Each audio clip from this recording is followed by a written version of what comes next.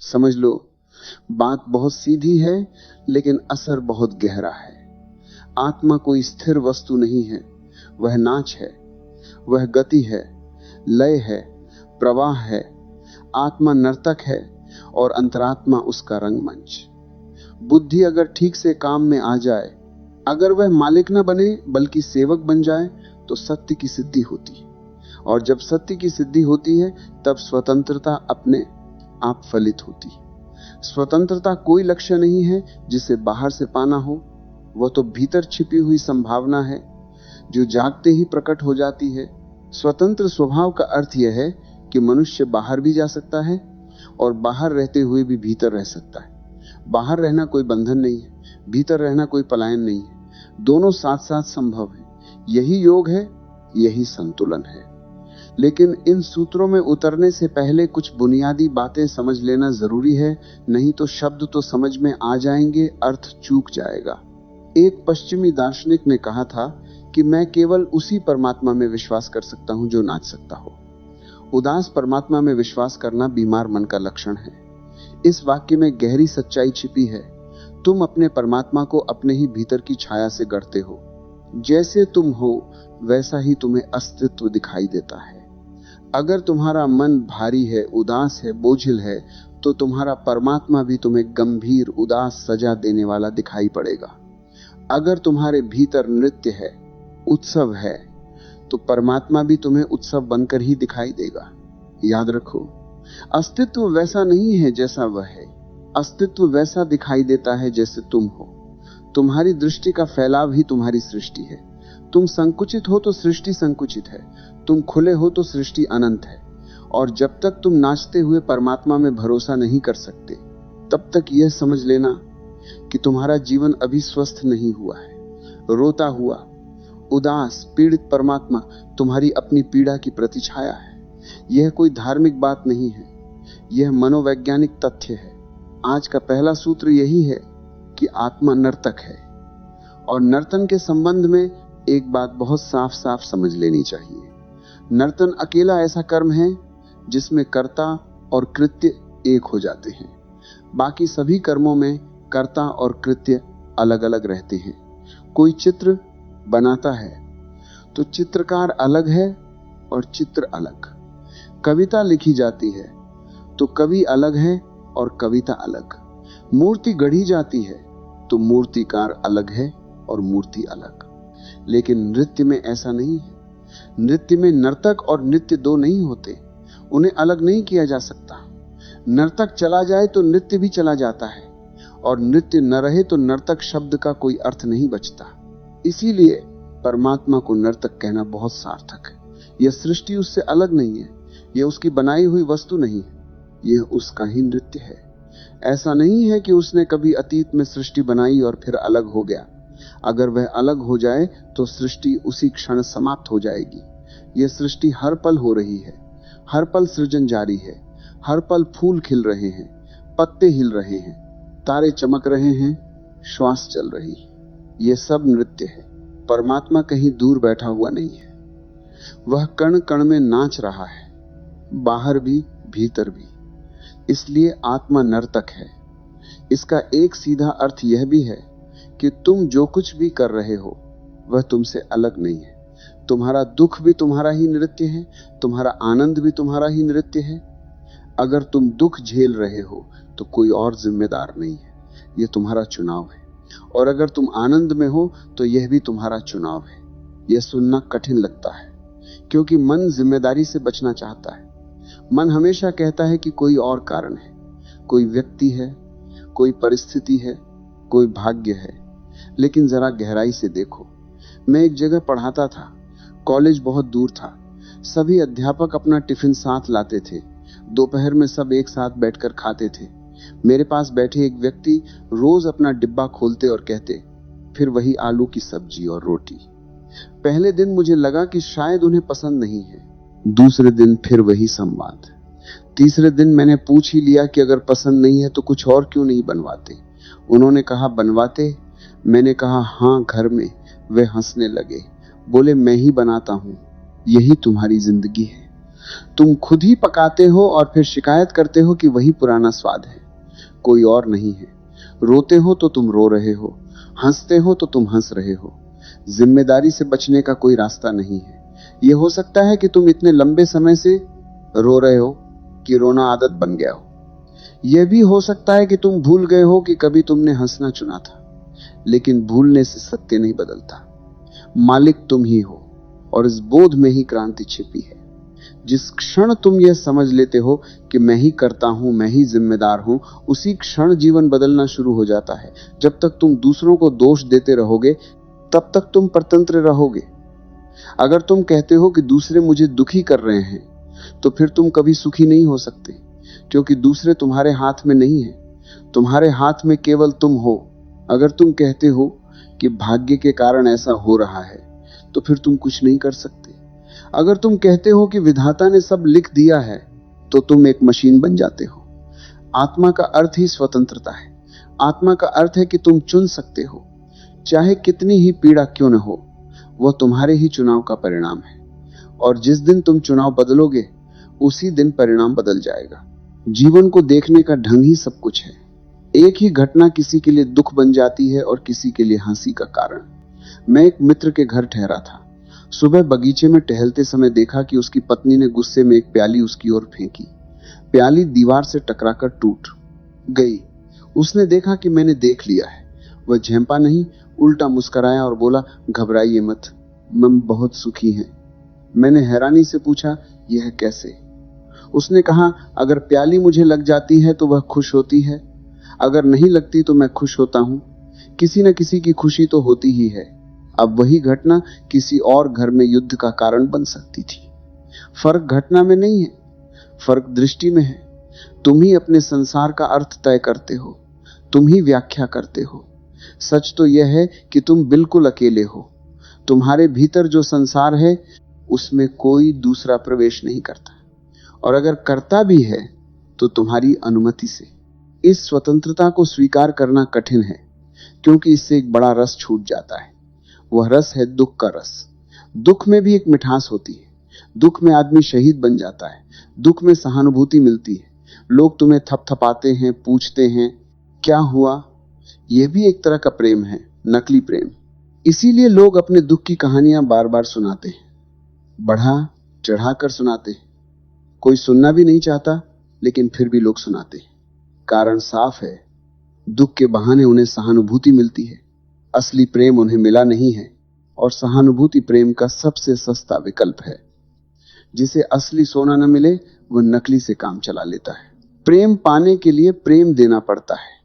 प्रेम कोई भीख नहीं है, वह दान का प्रतिफल है। लेकिन देना कठिन है, मांगना आसान है। दुख में रहकर मांगना और भी आसान हो जाता है। इसलिए दुख में तुम्हारा बड़ा निवेश है। तुम उसे छोड़ना नहीं चाहते, क्योंकि अगर दुख छोड़ दोगे तो सहानुभूति भी चली जाएगी।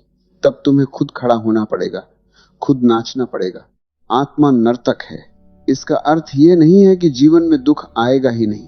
इसका अर्थ यह है कि दुख भी तुम्हारा ही नृत्य है, और चाहो तो तुम उसकी लय बदल सकते हो। नृत्य रुक नहीं सकता, लेकिन उसकी गति बदली जा सकती है। उसकी धत उन बदली जा सकती है। रोने का नृत्य भी नृत्य है, और हंसने का नृत्य भी नृत्य है। जिस दिन तुम ये समझ लेते हो कि जीवन एक नृत्य है, संघर्ष नहीं, बोझ नहीं, उसी दिन हल्कापन आ जाता है। तब तुम जिम्मेदारी से भागते नहीं, जिम्मेदारी को उत्सव बना लेते हो। तब परमात्मा तुम्हें उदास नहीं, नाचता हुआ दिखाई देता है। और जिस दिन परमात्मा तुम्हें नाचता हुआ दिखाई देता है, उस दिन जान लेना कि तुम सही दिशा में चल पड़े हो। समझने की कोशिश करो। मनुष्य के जीवन में दुख का जो नाटक चलता है वह अक्सर उतना सच्चा नहीं होता जितना दिखाई देता है।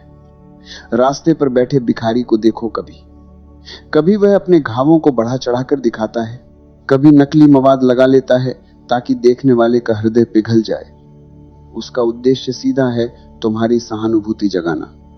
क्योंकि जब तुम किसी को अत्यंत दुखी देखते हो तो तुम्हारे भीतर अपराध बोध उठता है। तुम्हें लगता है कि अगर तुमने कुछ न किया तो तुम कठोर हो जाओगे।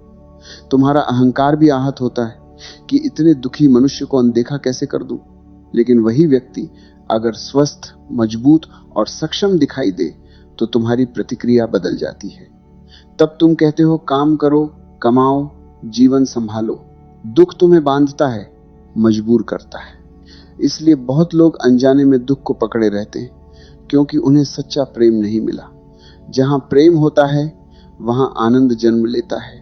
जहां प्रेम नहीं मिलता वहां सहानुभूति की भीख मांगी जाती है, और सहानुभूति प्रेम का विकल्प बन जाती है। एक सस्ता विकल्प, पर फिर भी मन को सहारा देने वाला। मनुष्य के भीतर एक गहरी चालाकी काम करती है। वह दुख को इसलिए भी पकड़े रहता है क्योंकि शिकायत करना आसान हो जाता है। जब भी तुम कहते हो कि दूसरे तुम्हें दुखी कर रहे हैं, तो जिम्मेदारी का बोझ तुम्हारे कंधों से उतर जाता है। तब तुम्हें अब से बीत रहा है, नए जीवन को बदलने की जरूरत नहीं पड़ती।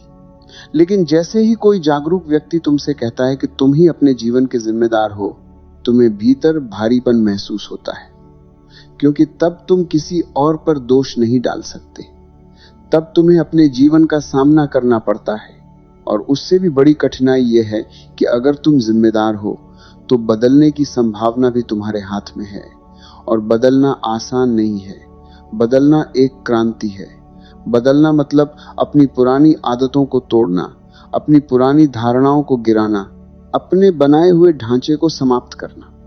तुमने वर्षों में जो व्यक्तित्व बनाया है वह अचानक निरर्थक दिखाई पड़ सकता है। तुम्हें लग सकता है कि तुम्हारा सारा अतीत व्यर्थ चला गया। इसलिए मनुष्य इस सत्य से बचता है, लेकिन जितना वह बचता है उतना ही भटकता है। पहली बात यह समझनी जरूरी है कि तुम ही अपने अस्तित्व के केंद्र हो, कोई और जिम्मेदार नहीं है। यह सुनना कठिन लग सकता है, पर यही मुक्ति का द्वार है। जैसे ही तुम स्वीकार करते हो कि मैं ही अपने जीवन का निर्माता हूं, उसी क्षण परिवर्तन संभव हो जाता है, क्योंकि जो बनाया है उसे मिटाने में देर नहीं लगती। तब तुम देख पाते हो कि दुख भी तुम्हारा ही बनाया हुआ खेल है, और अगर तुम उसे बदलना चाहो तो बदल सकते हो। लेकिन अगर तुम दुख में ही रहना चाहते हो तो वह भी तुम्हारी स्वतंत्रता है। तब शिकायत मत करो। अगर तुम भटकना चाहते हो वह भी तुम्हारी मर्जी है। अगर तुम अपने ही बनाए नरक में रहना चाहते हो वो भी तुम्हारा चुनाव है। पर तब दूसरों को दोष देने का कोई अर्थ नहीं रह जाता। तब तुम्हें स्वीकार करना होगा कि यह तुम्हारा ही नृत्य है। आत्मा नर्तक है। इस सूत्र का अर्थ यही है कि तुम्हारे कर्म और तुम्हारा अस्तित्व अलग नहीं है। तुम्हारे कर्म तुम्हारे भीतर से निकलते हैं, जैसे वृक्ष से पत्ते निकलते हैं। अगर वृक्ष कहे कि मुझे इन पत्तों से परेशानी है, तो उपाय क्या है? वृक्ष को अपनी जड़ें बदलनी होंगी। उसी तरह अगर तुम अपने कर्मों से परेशान हो तो तुम्हें अपने भीतर देखना होगा। तुम कहते हो कि मैं इस जीवन से दुखी हूं, ये सब क्यों हो रहा है? लेकिन कौन कर रहा है? अगर नृत्य तुम्हें पसंद नहीं है तो रुक जाओ। कोई तुम्हें मजबूर नहीं कर रहा, तुम ही नाच रहे हो, तुम ही कदम बढ़ा रहे हो। और जब तुम रुकते हो तो पुराना नृत्य समाप्त हो जाता है। लेकिन नृत्य की ऊर्जा समाप्त नहीं होती, वह नई दिशा में बहने लगती है। जीवन में नर्तन रुक नहीं सकता, वह तुम्हारे स्वभाव का हिस्सा है। अगर तुम दुख का नृत्य छोड़ दोगे तो आनंद का नृत्य शुरू हो जाएगा। अभी तुम्हारा नृत्य आंसुओं से भरा है, तब वह मुस्कान से भर जाएगा। अभी तुम्हारे कदम भारी हैं, तब हल्के हो जाएंगे। अभी तुम्हारी चाल में थकान है, तब उसमें उत्सव आ जाएगा। एक कहानी है, एक सम्राट जिसने सब कुछ छोड़कर फकीरी अपनाई, यात्रा करते करते एक साधु से मिला। उसने देखा कि साधु उदास बैठा है। यह देखकर उसे आश्चर्य हुआ, क्योंकि उसके विचार में साधु को आनंदित होना चाहिए। उसने पूछा, साधु का लक्षण क्या है? साधु ने कहा, अगर भोजन मिल जाए तो स्वीकार कर लेना, और न मिले तो संतोष कर लेना। सम्राट हंसा और बोला, यह तो कुत्ते का लक्षण हुआ, इसमें साधुता क्या है? साधु चौंका और बोला, तो आपकी दृष्टि में साधु कौन है? सम्राट ने कहा, साधु वह है जो मिल जाए तो बांट दे और न मिले तो धन्यवाद दे, क्योंकि उसे पता है कि जीवन किसी चीज पर निर्भर नहीं है, वह भीतर से पूर्ण है। समझो, साधारण त्याग अक्सर उदासी पैदा करता है। लोग संसार छोड़ते हैं, पर संसार का रस भी साथ छोड़ देते हैं। वे सोचते हैं कि दुख से दूर हो जाएंगे, पर सुख भी खो देते हैं। तब वे न दुखी होते हैं न सुखी, बस एक उदासी में जीते हैं। यह जीवित मृत्यु है। लेकिन सच असाधु सुख और दुख दोनों को पार कर जाता है। वह न सुख को पकड़ता है न दुख को, और जैसे ही दोनों छूटते हैं एक नया आयाम खुलता है आनंद का। आनंद सुख नहीं है, आनंद दुख का उल्टा भी नहीं है। सुख और दुख दोनों में उत्तेजना है, दोनों में तनाव है। सुख में भी थकान है, दुख में भी थकान है। आनंद में कोई उत्तेजना नहीं होती, वह शांत प्रकाश है, ठंडी धूप है। वहां न कोई बाढ़ है न कोई तूफान, वहां मौन में नृत्य होता है। तुम ज्यादा देर सुखी भी नहीं रह सकते, क्योंकि सुख में उत्तेजना होती है।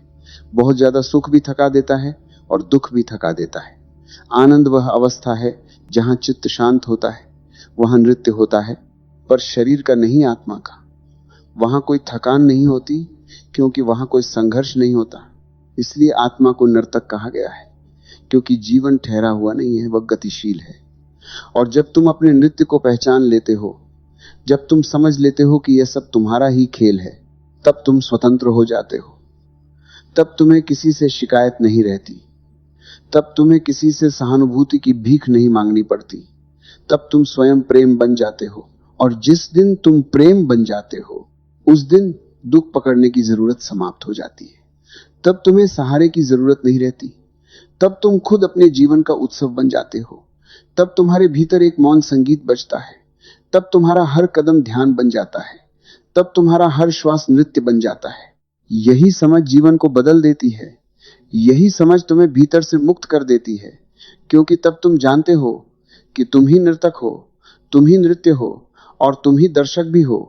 तब जीवन एक बोझ नहीं रहता, एक खेल बन जाता है, एक दिव्य खेल जिसमें हर क्षण नया है, हर क्षण ताजा है, और हर क्षण तुम्हें आमंत्रित करता है कि उठो, जागो और अपने नृत्य को आनंद में बदल दो।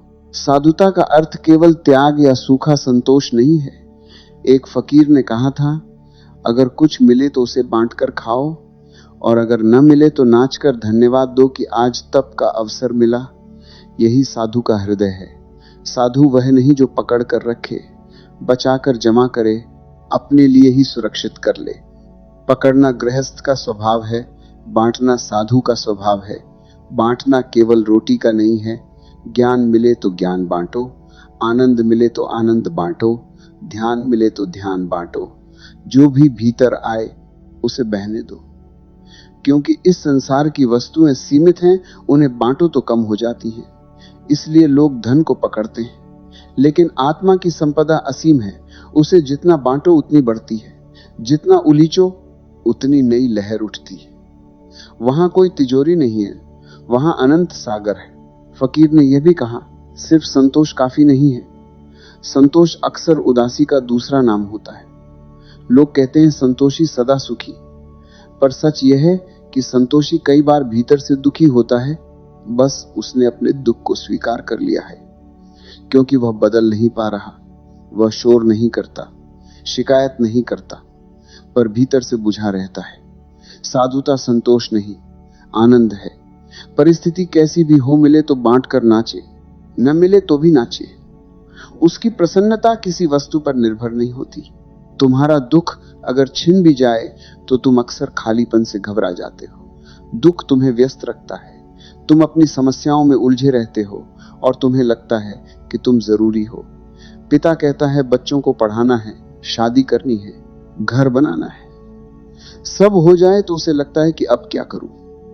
खालीपन डराता है, क्योंकि उस खालीपन में अहंकार को सहारा नहीं मिलता।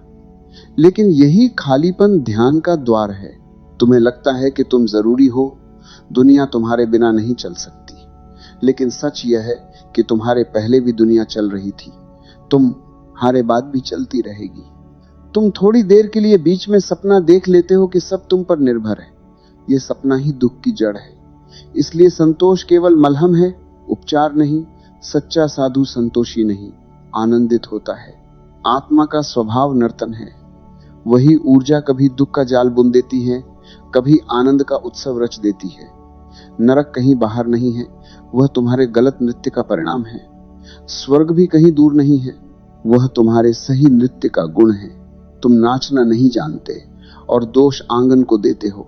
कहते हो परिस्थिति खराब है, समय खराब है, लोग गलत हैं। लेकिन जिसे नाचना आता है वह टेढ़े आंगन में भी नाच लेता है। जिसे नहीं आता उसके लिए सीधा आंगन भी बेकार है। एक आदमी आंख का ऑपरेशन कराने गया। उसने डॉक्टर से पूछा, अब मुझे सब दिखाई पड़ेगा? डॉक्टर ने कहा, हाँ। उसने पूछा, क्या मैं पढ़ भी सकूंगा?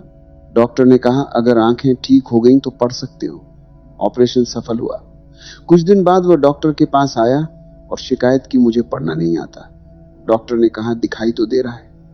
उसने कहा, दिखाई तो दे रहा है, पर पढ़ना तो सीखा ही नहीं था। यही तुम्हारी स्थिति है।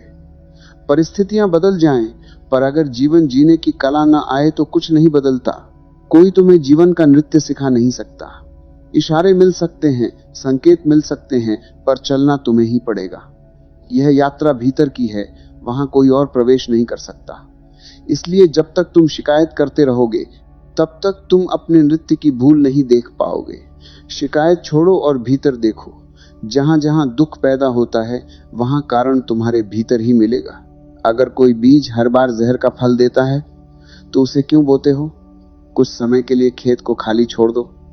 ध्यान वही खालीपन है, नरक के बीज और स्वर्ग के बीच की शांति। कुछ मत करो, बस देखो। धीरे धीरे तुम्हें दिखाई देने लगेगा कि तुम्हारे जीवन की सारी घटनाओं में तुम ही कारण थे। जैसे ही यह बोध आएगा, गलत बीज अपने आप छूट जाएंगे। तब एक नया नृत्य जन्म लेता है, सार्थक, जागरूक, आनंदमय। धर्म त्याग की उदासी नहीं है, धर्म परम आनंद है। धर्म अस्तित्व के नृत्य के साथ एक हो जाना है। धर्म बांसुरी की धुन है, भारी बोझ नहीं। आत्मा नर्तक है और अंतरात्मा रंगमंच है। यह नृत्य कहीं बाहर नहीं हो रहा, भीतर हो रहा है। बाहरी संसार केवल पर्दा है, असली फिल्म भीतर चल रही है। जैसे सिनेमा में पर्दे पर दृश्य दिखते हैं, पर असली प्रोजेक्टर पीछे होता है। तुम पर्दे को बदलते रहते हो, घर बदलते हो, रिश्ते बदलते हो, काम बदलते हो, लेकिन फिल्म वही रहती है। इसलिए कहानी भी वही दोहरती रहती है।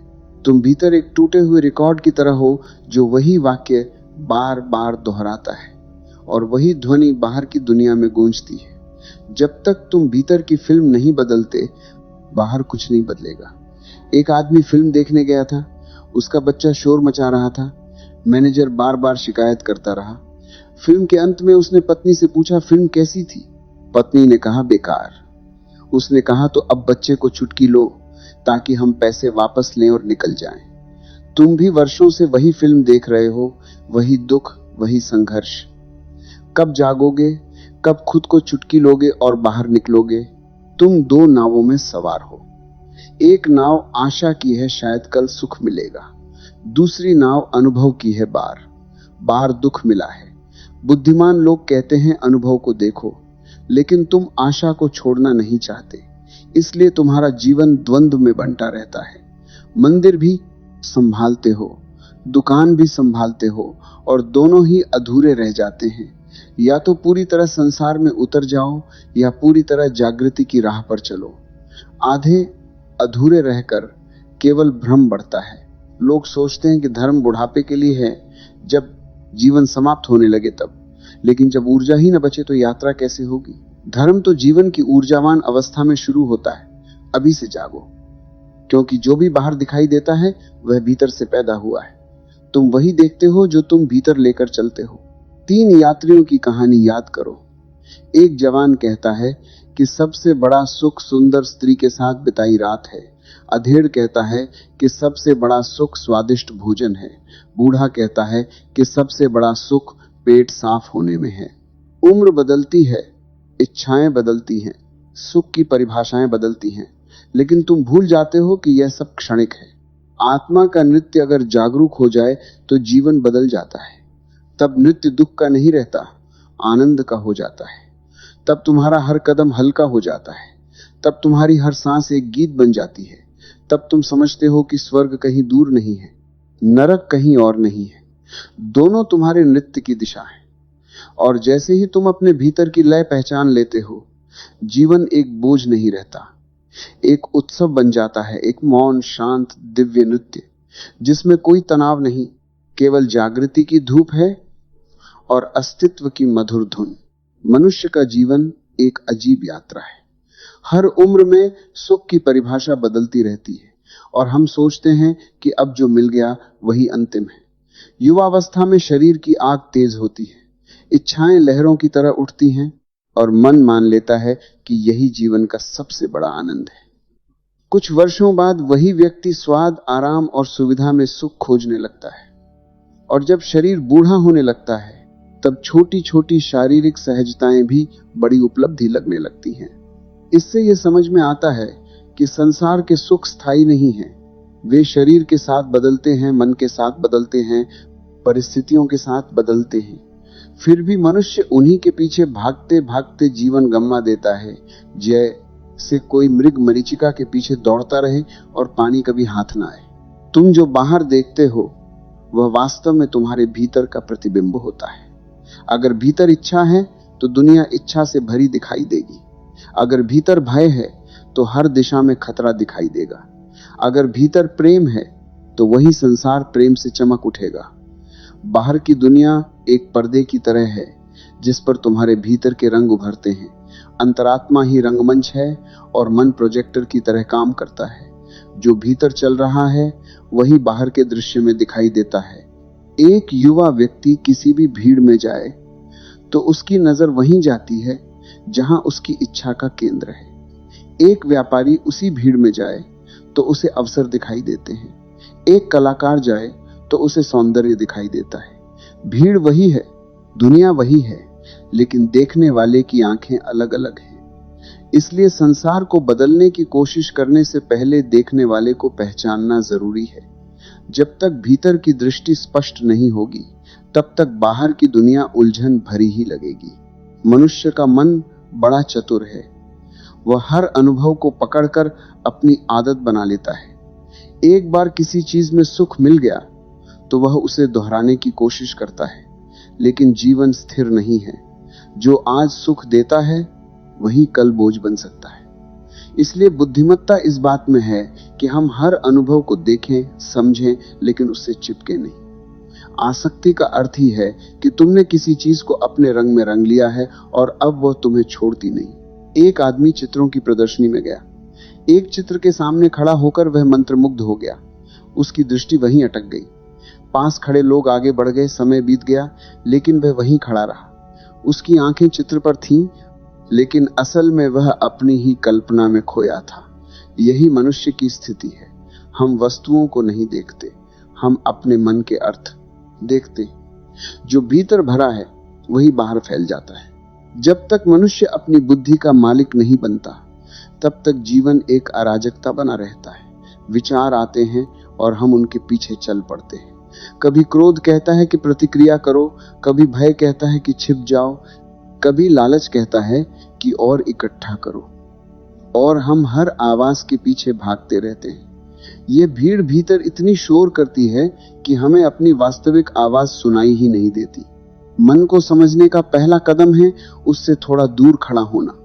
जैसे रास्ते पर चलते लोगों को तुम किनारे खड़े होकर देखते हो, वैसे ही अपने विचारों को देखो। विचार आएगा, जाएगा, लेकिन तुम साक्षी बने रहो। जब तुम कहते हो यह मेरा विचार है, तभी तुम उसके साथ जुड़ जाते हो और वही विचार तुम्हारी शक्ति खींच लेता है। लेकिन अगर तुम सिर्फ देखने वाले बने रहो तो विचार धीरे धीरे कमजोर पड़ने लगता है।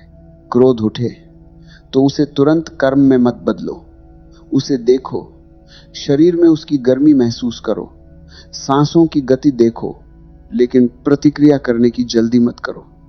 तुम पाओगे कि कुछ ही देर में उसका तीव्रता कम होने लगती है।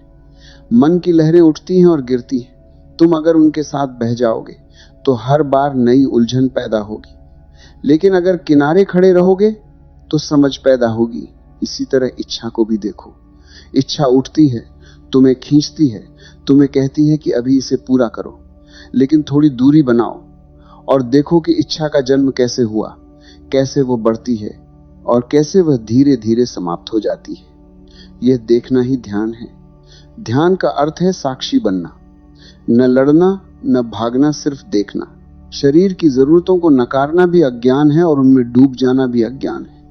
शरीर एक यंत्र है, उसे भोजन चाहिए, विश्राम चाहिए, देखभाल चाहिए, लेकिन तुम शरीर नहीं हो। जैसे कार को पेट्रोल चाहिए, वैसे ही शरीर को ऊर्जा चाहिए। कार को चलाने वाला चालक है, कार स्वयं चालक नहीं है। उसी तरह शरीर साधन है, साध्य नहीं। कई लोग शरीर को भोग में नष्ट कर देते हैं और कई लोग त्याग के नाम पर उसे कष्ट देकर नष्ट कर देते हैं। दोनों ही अतियां हैं, संतुलन ही बुद्धिमत्ता है। जितनी जरूरत है उतना दो। शरीर को स्वस्थ रखो, क्योंकि यही साधन तुम्हें चेतना की ऊंचाइयों तक ले जा सकता है। सीढ़ी का उपयोग करना है, सीढ़ी बन जाना नहीं है। बुद्धि जब तुम्हारे वश में आती है तब भीतर का सत्व प्रकट होने लगता है, तब जीवन में सहजता आती है। स्वतंत्रता का अर्थ यह नहीं है कि तुम हर नियम का विरोध करो, वह तो सिर्फ बगावत है। सच्ची स्वतंत्रता तब आती है जब तुम्हें किसी के खिलाफ जाने की जरूरत ही नहीं रहती, तुम अपने भीतर से चलने लगते हो। तब निर्णय सहज होते हैं, उनमें तनाव नहीं होता। अगर तुम मन के विपरीत चलने लगो तो भी तुम उसी के गुलाम बने रहते हो। मन कहे क्रोध करो और तुम कहो हम क्रोध नहीं करेंगे, तब भी मन ही तुम्हें चला रहा है। सच्ची स्वतंत्रता तब है जब तुम मन की आवाज सुनो, उसे समझो और फिर अपने भीतर की शांति से निर्णय लो। तब न तो अंधा पालन होता है, न अंधा विरोध। मनुष्य के भीतर अनेक आवाजें हैं। कभी एक इच्छा उठती है, कभी दूसरी। कभी एक विचार सही लगता है, थोड़ी देर बाद दूसरा उसे गलत ठहराता है। इसलिए जीवन में भ्रम पैदा होता है। लेकिन जब तुम साक्षी बनते हो तो धीरे धीरे एक केंद्र पैदा होता है, एक शांत बिंदु जहां से तुम सबको देख सकते हो। वही तुम्हारा वास्तविक स्वरूप है। जब तक तुम बाहर को बदलने में लगे रहोगे तब तक थकान ही मिलेगी। बाहर का संसार बदलता रहता है, परिस्थितियां बदलती रहती हैं, लेकिन अगर भीतर स्पष्टता आ जाए तो वही संसार एक नया अर्थ ले लेता है। दुख भी शिक्षक बन जाता है, सुख भी उत्सव बन जाता है। मनुष्य का सबसे बड़ा भ्रम यह है कि वह सोचता है कि वह अपने विचारों का मालिक है, जबकि सच यह है कि वह अक्सर अपने विचारों का गुलाम होता है। एक छोटा सा विचार भी उसे पूरी तरह खींच लेता है। इसलिए साधना का अर्थ है धीरे धीरे अपने भीतर की मालकियत वापस लेना। यह लड़ाई से नहीं होगा, बल्कि जागरूकता से होगा। तुम्हारी चेतना एक दीपक की तरह है जो बिना ईंधन के भी प्रकाशमान है। शरीर को भोजन चाहिए, मन को अनुभव चाहिए, लेकिन चेतना को कुछ भी नहीं चाहिए। वो सिर्फ देखने में, जानने में, जागने में आनंदित होती है। जब तुम इस चेतना को पहचान लेते हो तब जीवन का अर्थ बदल जाता है। तब बाहरी उपलब्धियां उतनी महत्वपूर्ण नहीं लगती जितनी भीतर की शांति। संसार का हर अनुभव एक दर्पण की तरह है, उसमें तुम अपने ही चेहरे को देखते हो। अगर तुम्हें हर जगह संघर्ष दिखाई देता है तो भीतर संघर्ष है। अगर हर जगह सौंदर्य दिखाई देता है तो भीतर सौंदर्य है। इसलिए यात्रा बाहर की नहीं, भीतर की है। धीरे धीरे जब तुम साक्षी बनते हो तो विचारों की भीड़ शांत होने लगती है।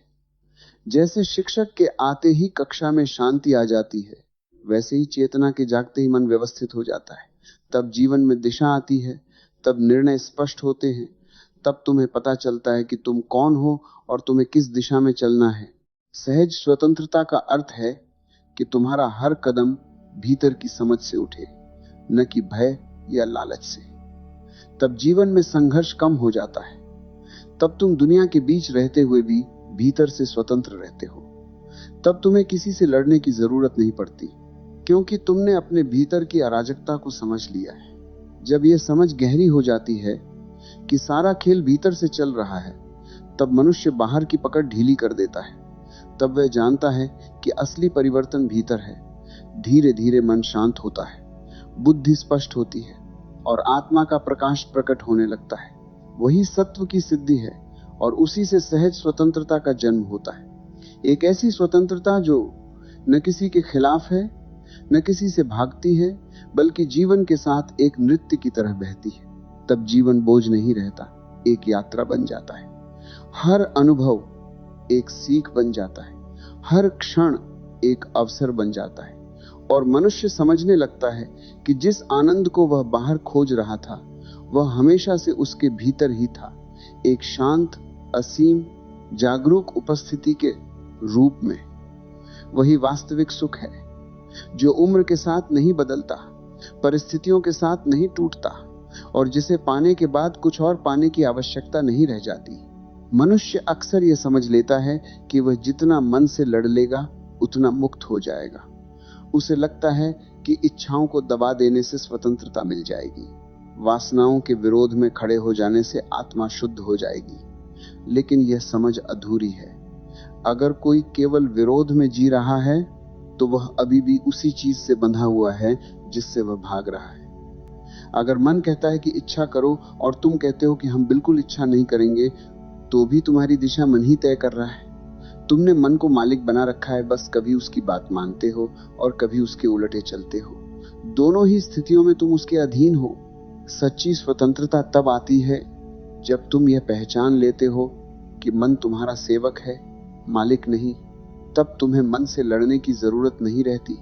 लड़ाई तो बराबरी वालों में होती है, मालिक और सेवक के बीच नहीं। जिस दिन तुम अपने भीतर की साक्षी चेतना को पहचान लेते हो, उस दिन मन की आवाजें दूर से सुनाई देने लगती हैं। वे तुम्हें खींचती नहीं, केवल गुजरती हुई लहरों की तरह दिखती हैं। तब तुम निर्णय लेते हो। मन निर्णय नहीं करता। बहुत लोग त्याग को स्वतंत्रता समझ लेते हैं। वे सोचते हैं कि संसार से विपरीत दिशा में चलना ही आध्यात्मिकता है। कोई धन इकट्ठा करता है तो दूसरा सब छोड़ देता है। कोई स्वादिष्ट भोजन करता है तो दूसरा उपवास में लग जाता है। कोई आरामदायक बिस्तर पर सोता है तो दूसरा कांटों पर सोने लगता है। बाहर से देखने पर दोनों अलग दिखाई देते हैं, लेकिन भीतर से दोनों एक ही सिक्के के दो पहलू हैं। एक भोग में फंसा है और दूसरा विरोध में फंसा है। दोनों ही मन के इशारों पर चल रहे हैं। सहज स्वतंत्रता की बात अलग है। इसमें न तो भोग का आकर्षण रहता है, न त्याग का अहंकार। इसमें केवल जागरूकता होती है। व्यक्ति जानता है कि वह क्या कर रहा है और क्यों कर रहा है। अगर उसे भोजन करना है तो वह भोजन करेगा, अगर उपवास करना है तो उपवास करेगा, लेकिन निर्णय भीतर की शांति से उठेगा, न कि किसी दबाव या प्रतिक्रिया से। एक बार एक फकीर अपने शिष्यों के साथ यात्रा पर था। उसने उपवास का संकल्प लिया था।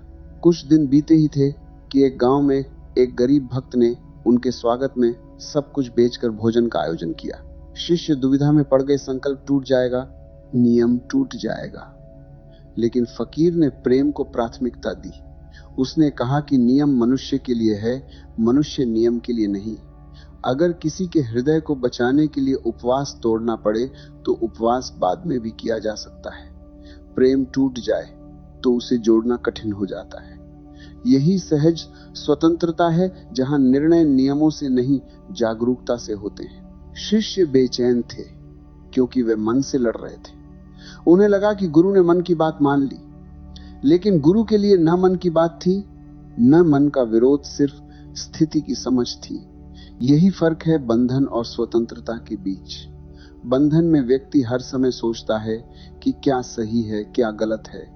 स्वतंत्रता में व्यक्ति स्वाभाविक रूप से सही को चुन लेता है। जब व्यक्ति सचमुच स्वतंत्र हो जाता है, तब बाहर और भीतर का फर्क भी मिटने लगता है। तब वह जहां भी हो, बाजार में, घर में, जंगल में या मंदिर में, उसकी चेतना एक समान रहती है। वह किसी जगह से बंधा नहीं रहता। उसका आनंद परिस्थितियों पर निर्भर नहीं करता। अक्सर हम सोचते हैं कि संसार और संन्यास दो अलग रास्ते हैं।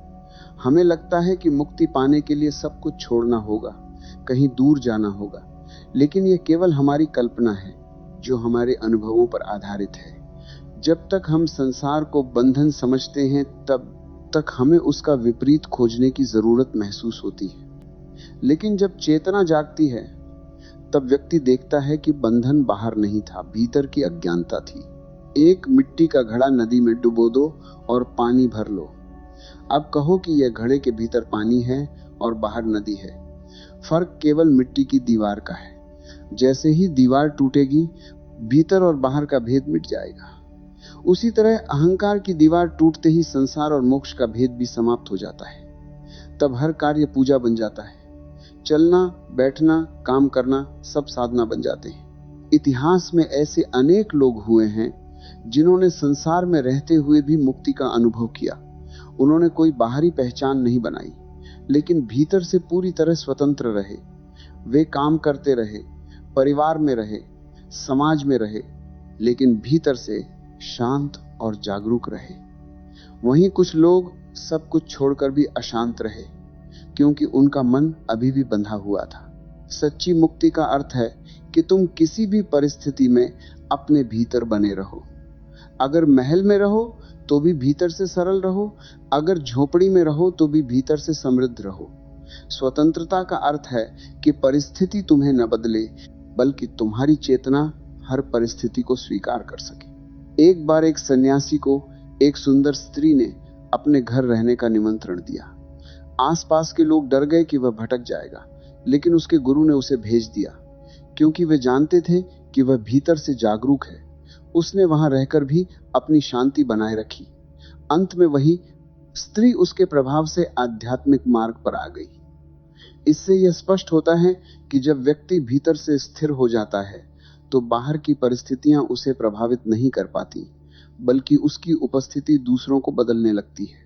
साधु और संत में यही फर्क है। साधु अक्सर भय से दूर भागता है, संत निर्भय होकर हर स्थिति में स्थिर रहता है। साधु असुरक्षा से बचता है, संत भीतर की सुरक्षा में जीता है। साधु बाहर की सीमाएं बनाता है, संत भीतर की स्वतंत्रता में जीता है। जब साक्षी भाव गहराता है तब मन की पकड़ ढीली होने लगती है।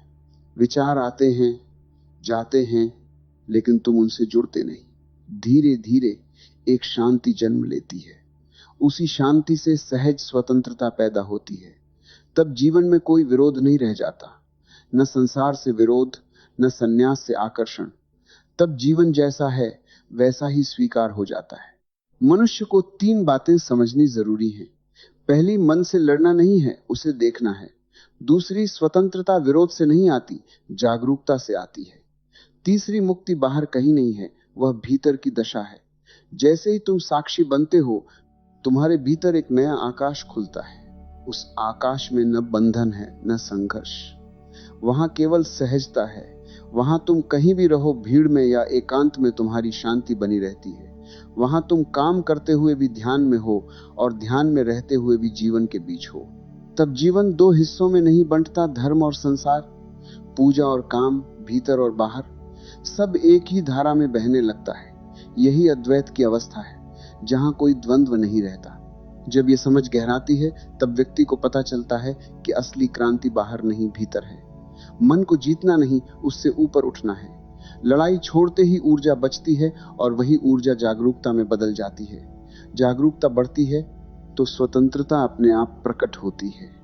एक ऐसी स्वतंत्रता जो सहज है, शांत है और जिसे कोई परिस्थिति छीन नहीं सकती। तब जीवन एक खेल बन जाता है। तुम काम करते हो लेकिन काम तुम्हें नहीं पकड़ता। तुम प्रेम करते हो लेकिन आसक्ति तुम्हें नहीं बांधती। तुम दुनिया में रहते हो लेकिन दुनिया तुम्हारे भीतर प्रवेश नहीं करती। और जब यह अवस्था आती है तब तुम समझते हो कि जिस स्वतंत्रता को तुम खोज रहे थे वह हमेशा से तुम्हारे भीतर ही थी, एक शांत, साक्षी, जागरूक उपस्थिति के रूप में। वही वास्तविक मुक्ति है, वही सहज स्वतंत्रता है, वही जीवन का परम सौंदर्य है।